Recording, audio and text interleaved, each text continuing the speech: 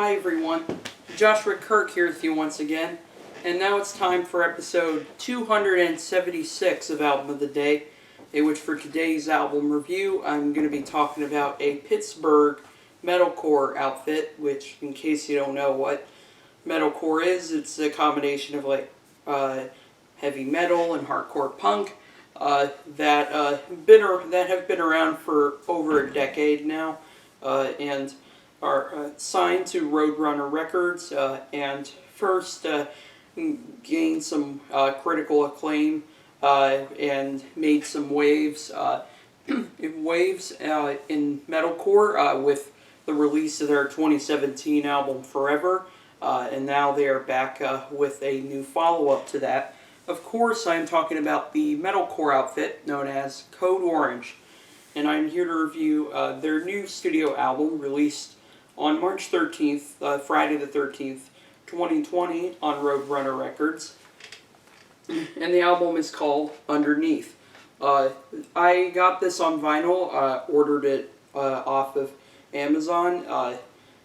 This is one of the few records I was able to get, during my quarantine a few months ago. Anyway, this is the really cool front cover. It's kind of like in 3D. Really like that. And it fits really well with kind of the electrifying sound of the album. There's the back, which has a photo of the band. 14 tracks on the record, and it's over 48 minutes long. And I love me a gatefold. It's got this really cool artwork in there.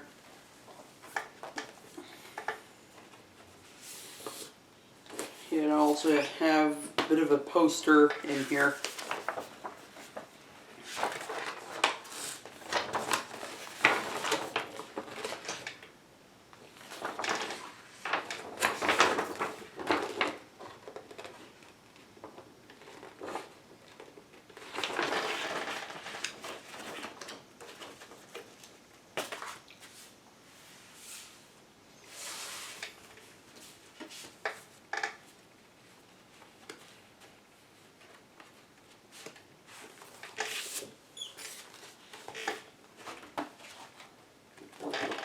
Yeah, and here's a couple of lyric sheets here.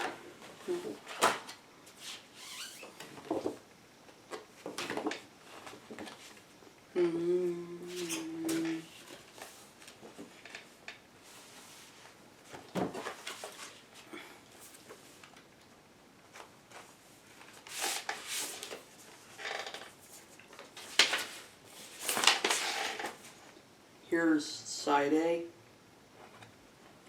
and side B, and yeah, I don't know if you noticed, but it's on some really cool dark blue colored vinyl.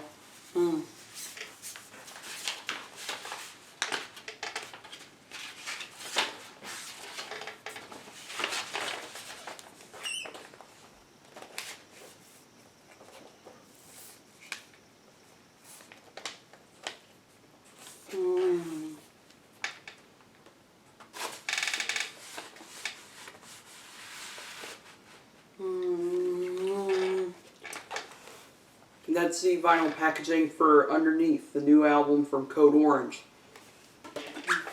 And so, of course, I first heard of Code Orange sort of around the time I think most people did, which was surrounding some critical acclaim on their previous album, which is 2017's Forever, and of course, even though I didn't get to listen to that album, I went ahead and decided not to sleep on this new record, as some teaser tracks for it were coming out, including the incredible title track, which I will get into later in this video. And I did kind of go back and listen to Forever after hearing this album. Like at least parts of it, and I did like what I heard, but also at the same time I didn't quite love it in the same way a lot of people did. I kind of found the mixing on it to kind of I kind of found the mixing on that album to be a little bit jarring, and still, the band still was a pretty conventional kind of metalcore outfit with some melodic elements, and they were still kind of very much wearing their influences on their sleeve. And in a way, on this new record, they still are kind of wearing their influences on their sleeve, like especially some Slipknot, and as well as some Nine Inch Nails as well. But this time around, they've completely outdone themselves by sort of incorporating more electronics and effects and all kinds of crazy stuff, making a truly electrifying, just like skull-crushing kind of musical experience. It's definitely the kind of thing that is likely going to upset plenty of metal purists, but, for those of you who, like it, who like when metal is sort of, bent and combines with other genres, kind of like how I like my metal personally, I think you'll definitely love this album and you're going to have fun with it, because it is quite an incredible record, let me tell you. It kicks things off in a kind of disorienting way with the kind of creepy and sort of strange intro track, Deeper Than Before, that eventually transitions into Swallowing the Rabbit Hole. Just a crazy kind of, this really all over the place, metalcore banger that has all kinds of interesting phases that it goes through. It kicks things off with some kind of icy keyboards and beats before it eventually goes into some killer riffs and screamed vocals, as well as some spoken word at one point, and even though it's a song that definitely sort of, even though it's a song that basically sounds like this whole album sort of boiled down to one track, it is absolutely like one of the highlights here. The next track, In Fear, is definitely one of the catchier songs on here, and is kind of a song about sort of the existential dread that I think we're all kind of, experiencing in the world, which makes it oddly kind of fitting. This album came out sort of during the beginning of the COVID-19 pandemic, and now it's, kind of, unfortunately, continuing to, wipe out the world.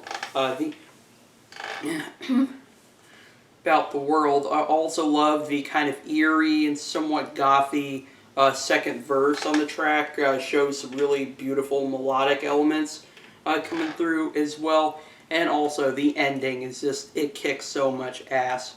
The song You and You Alone is a much more intense track and definitely gives me that breakdown, that metalcore breakdown face, which is yet another song that definitely sounds very politically charged, as it sort of talks about, people caring more about themselves than really others, and sort of like, the rage you really can feel when it seems, people don't really care anymore. And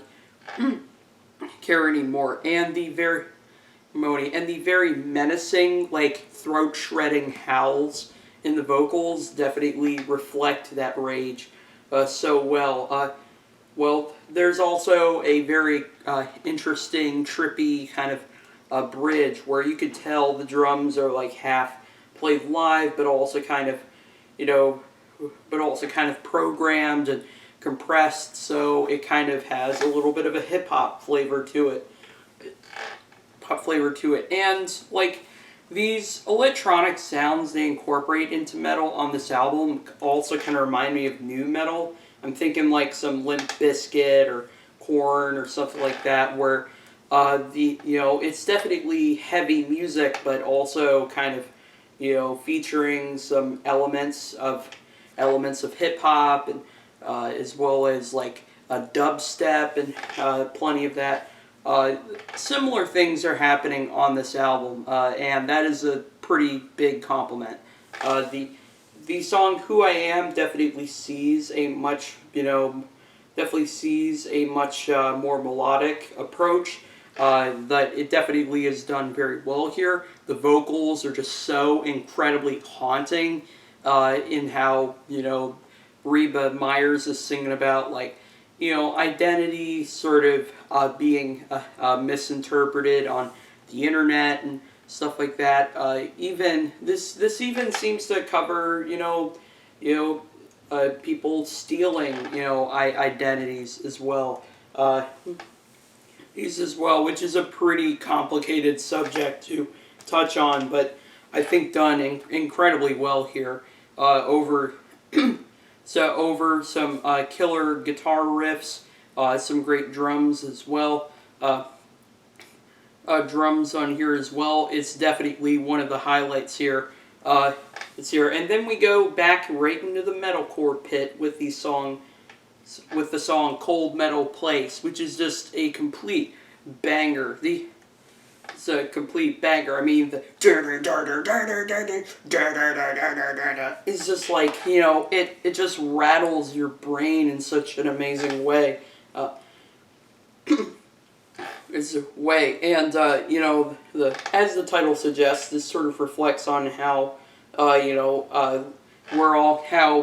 all feel kind of trapped in a cold metal place, and and kind of describing how the world is essentially in purgatory. It's definitely one of the more terrifying and unsettling tracks, not just in terms of the guitars at times kind of sounding like a classic horror film. Like, I'm thinking the riffs kind of remind me of like the Psycho theme at times on the track, but also just the lyrics just could not be more dreadful. So dreadful, and but I don't mean dreadful in a bad way. Don't get that twisted. The song Sulfur Surrounding once again does take a more melodic approach. Like Reba Myers singing is like, every time Reba gets a singing appearance on here, it is just phenomenal and just like kind of, really kind of gets under my skin if you get what if you get what I'm saying. Definitely one of the best hooks on the record for sure.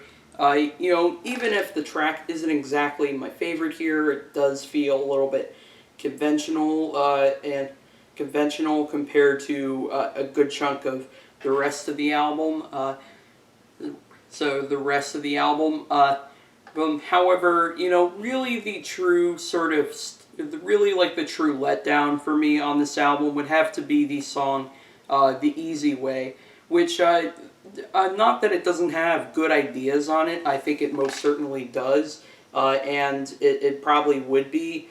Probably a pretty good song, but what really kind of hurts that song for me is that the compression of everything, the synths and the drums and even the guitars, even if there is a killer solo in the middle, they just sound like, they sound just kind of, they sound as though the life is kind of sucked out of them a little bit, if you know what I'm saying. Also, the track sounds so Nine Inch Nails to the point of it being a little bit distracting.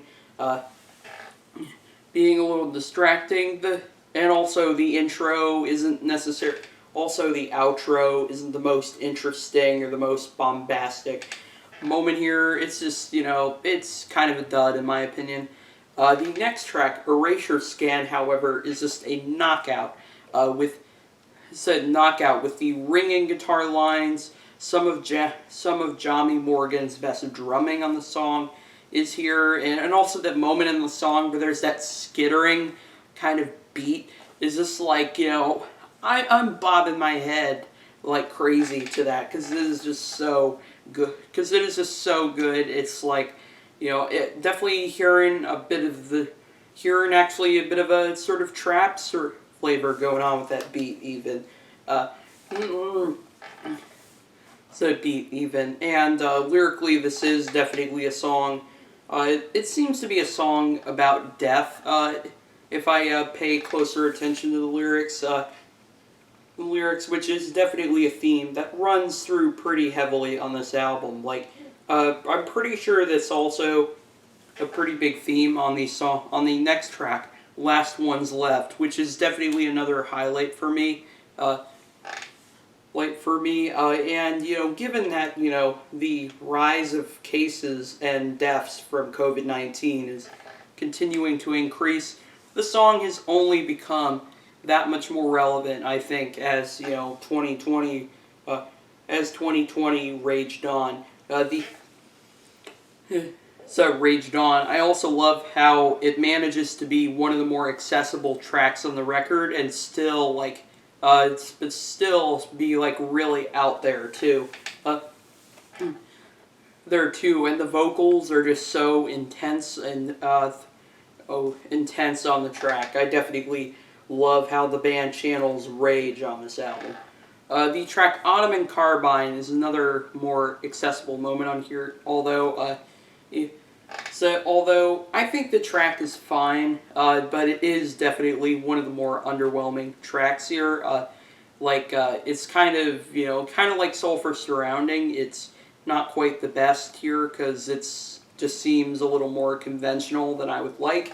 However, really killer lyrics and vocal performance from Reba Myers on the track though. The song Back Inside the Glass, kind of like Erasure Scan, even though the track is only like 2.5 minutes long, it just manages to do so much and kind of epic almost, and feel maybe like even 4 minutes because of all the things it does. I love the intensity of the first half of the track, and also the really like kind of guttural "open up and let it back in" like outro is just like, it's fantastic. And one of the most cathartic moments on the record, in my opinion. The song Sliver is definitely another track on here where I definitely hear a strong sort of goth rock kind of tone, not just in terms of the guitar, but also the vocals definitely sound like something off of a great a goth rock or a new metal kind of project. And it's also another song that lyrically is definitely one of the more terrifying tracks on here, on how sort of it seems the good side of where it seems the good side of people is sort of becoming thinner all the time. I also love the very so there's also a really cool kind of trap beat breakdown towards the middle of the song where where parts of the song are kind of sampled and then sort of spliced together to create this beat that just like it kind of makes me want to dance a little bit, which not this is definitely unlike anything I've heard from a metal record before. Even though there have been plenty of metal projects that have done these sounds before, just like on this album, they just like they just sound so they just sound so futuristic. Let me tell you. It's definitely kind of an update on metalcore for the 2020s. And then the album closes with the kind of epic title track, and definitely there couldn't be a better way to close the record. Even though this is the first song people heard from the record, it definitely is kind of the conclusion, kind of the thesis of this whole album, pretty much. From the kind of apocalyptic lyrics to the fantastic trade-off vocals from Johnny Morgan and Reba Myers in the verses, as well. Definitely a really fantastic chorus. It's a chorus with very triumphant riffs and drums. Drums, I love the way in which the previous track transitions into this song, where as You know, the closing of a Sliver is actually the beginning of this song. So of this song, it's just like, you know, it definitely closes out the album on the best note for sure. Yeah, overall, I thought this was a really good album. This is definitely my favorite. You know, this year hasn't been, you know, the best year for metal albums. So while this is kind of my favorite metal album of the year, since I didn't really listen to a whole lot of metal this year, I'd say it's probably just my favorite loud rock album of the year. It's very ambitious. It's definitely a lot of fun. It's dark. It's haunting. It's haunting. It's definitely genre bending. Like, you know, you're probably not going to be able to hear any metal album like this one. I think, you know, Code Orange has definitely a pretty bright future ahead of them, and they could do something a little bigger in the future. And also, can't wait till concerts get back, so these guys could just totally kill it. Yeah, like they would just totally kill these songs live for sure. These songs live, like honestly, it'd be one of the most epic shows my eyes have ever seen. So strong 8 out of 10 for this new Code Orange album, Underneath, and I'll see you for episode 277.